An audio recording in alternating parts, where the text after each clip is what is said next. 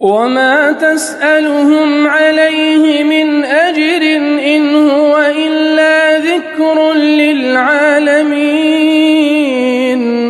وكأين من آية في السماوات والأرض يمرون عليها وهم عنها معرضون وما يؤمن أكثرهم بالله إلا وهم مشركون. أفأمنوا أن تأتيهم غاشية من عذاب الله أو تأتيهم الساعة بغتة وهم لا يشعرون. قل هذه سبيلي أدعو إلى الله على بصيرة أنا ومن اتبعني وسبحان الله وما أنا من المشركين.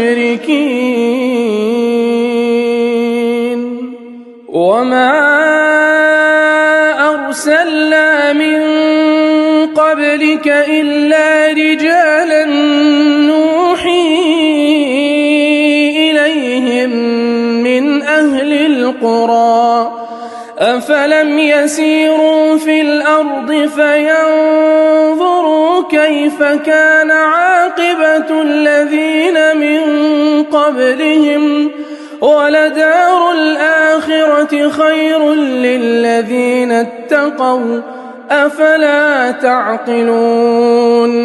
حتى إذا استيأس الرسل وظنوا أنهم قد